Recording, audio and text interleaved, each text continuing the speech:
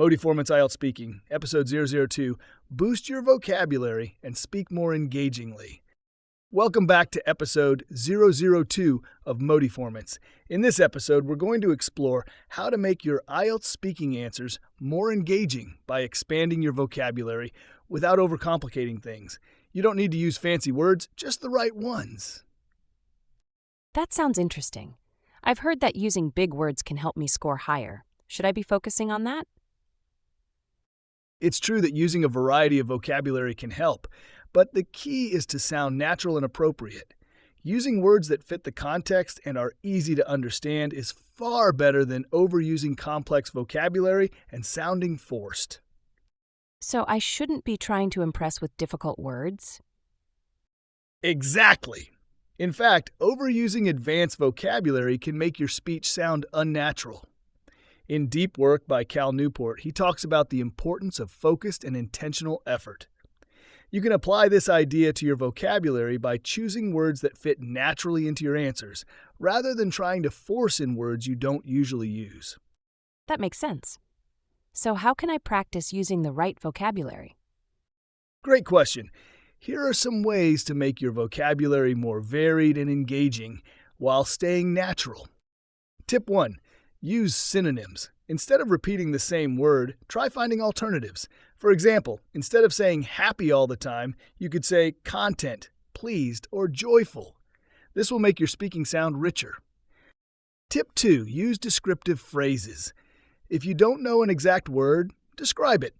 For example, instead of saying a beautiful place, you could say a place with breathtaking views and peaceful surroundings.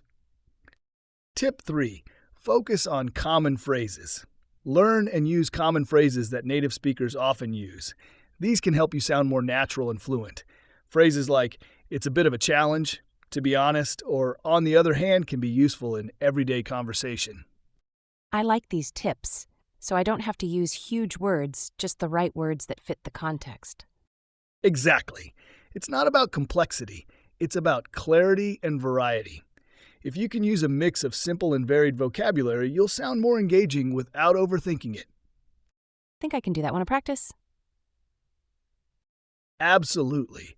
Let's try this. Answer this question using the tips we discussed.